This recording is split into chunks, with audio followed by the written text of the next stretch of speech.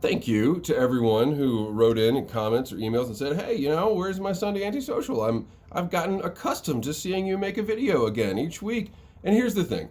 If you see me make a video, that means that my mental health has reached a certain threshold at which I feel comfortable interfacing with the outside world, right? So if you don't see me make a video, it's probably for the best.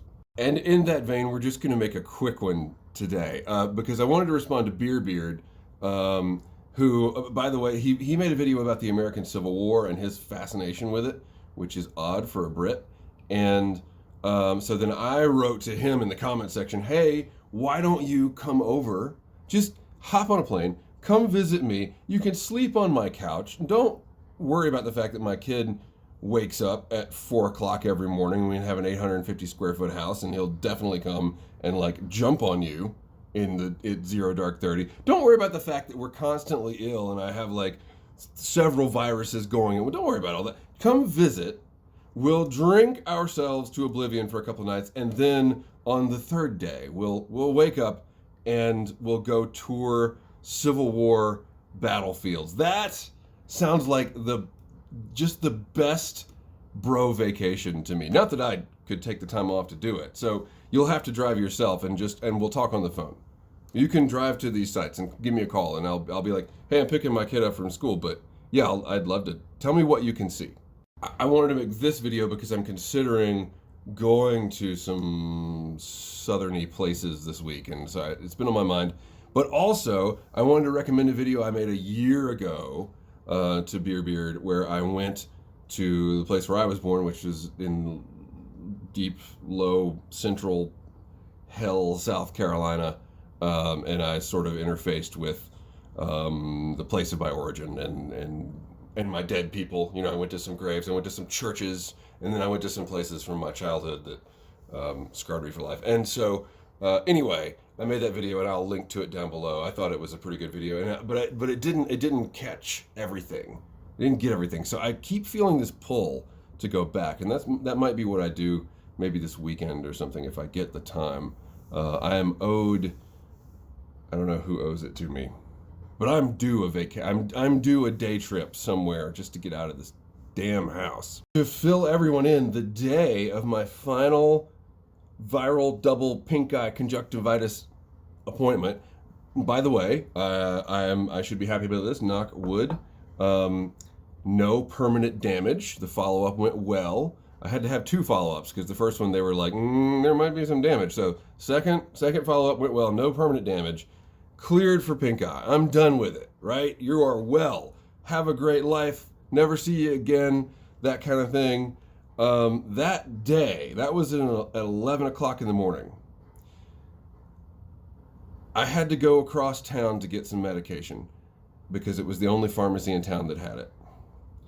I was in the pharmacy, which was in a grocery store. I was starving. There was an immense amount of traffic on the road. I knew that I wouldn't be able to get back and eat in time to pick my kid up from school, so I ate something from the grocery store hot bar, and that was a mistake. Then I got home, got the kid, right? Everything's cool, except that night at 4:50 p.m. the power goes out and stays off for like 30 hours.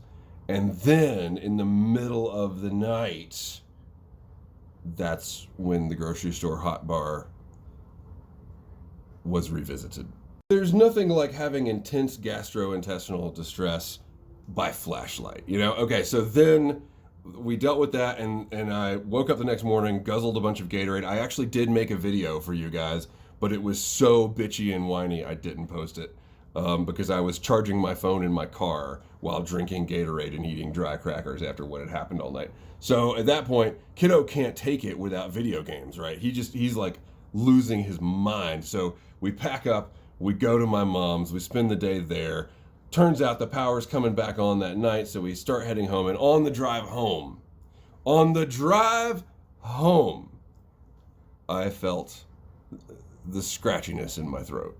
I lost track of the appointments I had to cancel. I had to cancel a vacation that I was going to take, which is why I really want to get out of here for a day or two if I can. Yeah, I was not able to even feign the proper mental health to put myself out in the world. So that's why I didn't make a video. On the other hand, I feel like the double pink eye viral conjunctivitis thing has given me a little bit of a new perspective, because is your day really that bad if your eyes aren't bleeding? Like that's kind of a new baseline for me. A new low. I didn't think I could reach one. But I was able to not fall into the deepest pit of despair with this latest virus because of that. And so I did do some research about, hey, things I would like to visit in the South. And I looked back on that trip that I made a year ago, and this thing stuck out to me that I want to bitch about today, which is that the issue of I'm just going to open the can of worms here. When I visited my family graves, there were lots of other graves that had literal iron crosses on them as decoration, honorifics. Crosses made of black iron, not the symbol of the Iron Cross, but they were in that shape and made of iron. And I was like standing there in these graveyards thinking, these do not look like iron crosses from the late 1800s. These were not placed here when these people were buried. Who makes these iron, like what you get online to Southern Heritage Store.com and buy an iron cross for your great whoever's Confederate grave. And yeah, that's what you do. Those crosses in particular are made, and I don't know if they're made, they're sold by the sons of Confederate veterans. So that a year ago, I looked that up, and I started looking at some of their stuff online, the Sons of Confederate Veterans, and holy shit, you couldn't, if you were writing a liberal satire piece, you couldn't write a better liberal satire piece than what the Sons of Confederate Veterans already puts out. And it was mind-boggling what these people are doing. And so that made me feel differently about, even though none of my ancestors' graves had these memorabilia on them, it was a weird feeling. So in researching this a little bit further, there's the Sons of Confederate Veterans and there's the United Daughters of the Confederacy, and both of these organizations serve to preserve heritage. And it's in the issue of Confederate monuments that we all wrestle with today. Basically the number one organization behind the support of those of keeping these monuments intact is the Daughters of the Confederacy. And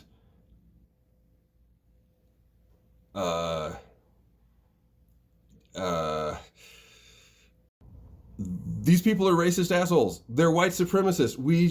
I'm sorry to just disregard nuance, but there is no reason that we should treat these people any differently than we treat the Klan. Yes, they have the right to their beliefs, but they should be marginalized from our society. And it boggles my mind. The more I researched this, the more I discovered that these organizations did not come from the ashes of the Confederacy. They came about later, during Jim Crow and in the Civil Rights era, when there was conflict about the progression of Black society in the larger American society. They came about as a response to trying to lift up marginalized people. And that is why a lot of these monuments were installed. And I mean, I think that, again, that's not news to anyone that's been paying attention. But the thing that I discovered that really that I can't abide is that the United Daughters of the Confederacy erected a monument to if you know anything about the Civil War, if you're beard, you know that Andersonville prison in Georgia was basically the American Auschwitz. 13,000 Union soldiers died in Andersonville because of horrible conditions. And the commander of the camp was a guy named Wirz, W-I-R-Z, I think. And he, after the war, was tried in Washington and convicted of war crimes and executed. He was hanged publicly. He was a war criminal as part of a treasonous apartheid state that rebelled against the United States government, and he killed thousands and thousands of United States soldiers. And the United Daughters of the Confederacy erected a monument to him in Andersonville, Georgia. And just to see how pathetic it is, you should totally Google map it. You should look up the monument to Weirs.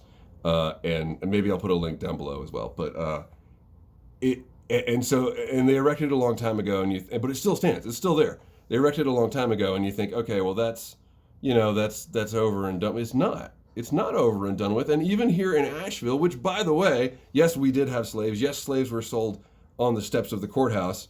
But the areas around Asheville were largely sympathetic to the Union because they were so poor they could not participate in the slave society, the agricultural. They were poor white farmers, and sometimes not even farmers. Largely sympathetic to the Union. There was a lot of infighting here. There was a massacre. Anyway, even here in Asheville, there were several monuments put up by the Daughters of the Confederacy. One was the Vance Monument, which has now been removed. And on the town square of Asheville, North Carolina, where Robert E. Lee never set foot, there was a monument to Robert E. Lee. And then I discovered in my own explorations a cemetery that has a big UDC monument. Still standing today, right now. Like right over there, not far away. It's just unbelievable.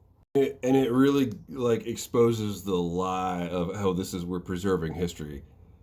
Yeah, okay, if you have a battlefield and you put up factual historical markers on the battle, yeah, okay, all right, I can kind of see that.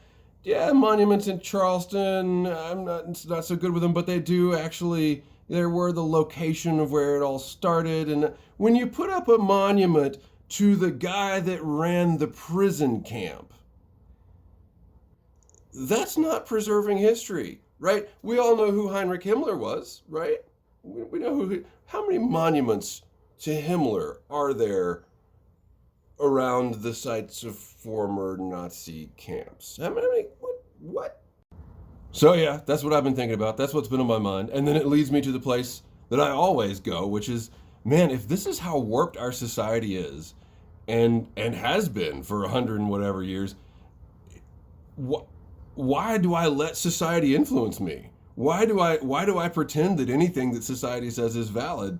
I mean, we all have to make concessions to society. We have to decide where we want to draw the line. And I put on clothes when I go outside, and I stop at stop signs. Most of those seem like reasonable accommodations to society. I pay my taxes, but that's really only because I have to.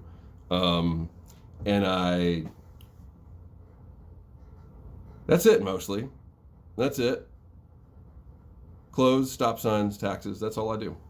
I want to be open-minded, right? So I'm going to leave this as a challenge to my viewers. You guys, you convince me in the comments below why I should continue to interface with society. That is my question. Tell me why this is a fun game and I should want to play.